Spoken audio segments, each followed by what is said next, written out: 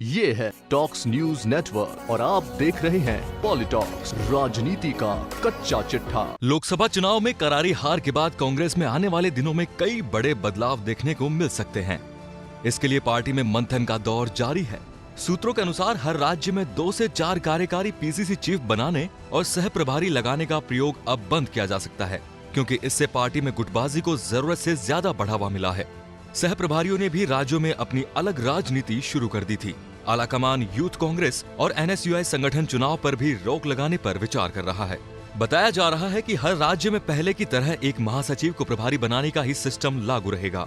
Youth Congress और NSUI में पहले की तरह मनोनीत पदाधिकारी बनाने का सिस्टम लागू किया जा सकता है। वहीं प्रोफेशनल्स और आईटी एक्सपर्ट और एनजीओ से जुड़े लोगों को अब पार्टी के कार्यक्रमों से दूर रखा जाएगा।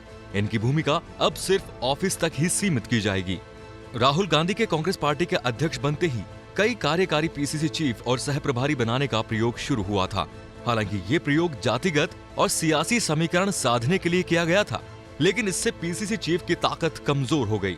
एक राज्य में बनाए गए 2 से 4 कार्यकारी पीसीसी चीफ के चलते प्रदेशाध्यक्ष काम करने में असहज हो गए। ऐसे में हर एक एक्टिंग चीफ ने अपनी अलग से राजनीति शुरू कर दी, जिससे पार्टी कई खेमों में बंट गई। मुख्य प्रभारी के साथ राज्यों में 2 से 4 सह प्रभारी लगाने का फॉर्मूला भी फेल साबित हुआ। राहुल गांधी ने राष्ट्रीय सचिवों को सह प्रभारी का रोल दिया था, जिससे वो उन्हें रियल ग्राउंड रिपोर्ट ला करते, लेकिन सह प्रभारियों ने चाटुकारिता और सेवा करने वाले बिना जनाधार वाले नेताओं को प्रमोट करना शुरू कर दिया। यहाँ तक कि कई सह प्रभारी तो आलाकमान को विश्वास में लेकर टिकट तक बांटने के काम में लग गए। कई राज्यों से सह प्रभारियों पर टिकटों के बदले लेन देन की शिकायतें भी हाईकमान को मिली। कुल मिलाकर अच्छा करने के साथ शुरू किया गया ये प्रयोग पार्टी के लिए नकारात्मक साबित हुआ। अब इस सिस्टम को पूरी तरह से समाप्त करने की सहमति करीब करीब पार्टी में बन चुकी है। पार्टी के नेता कई दफा यूथ कांग्रेस और एनएसयूआई संगठन चुनाव पर रोक लगाने की मांग कर चुके हैं।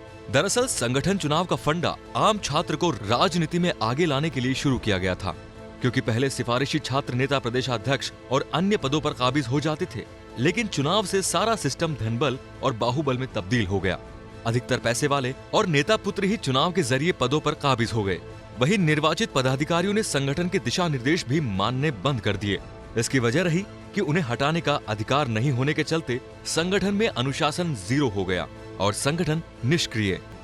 राहुल गांधी टीम की सलाह पर भी पार्टी अध्यक्ष ने कई प्रयोग संगठन में किए, जिसके चलते कई प्रोफेशनल्स, एक्सपर्ट और एनजीओ से जुड़े हुए लोगों को पार्टी में लिया गया।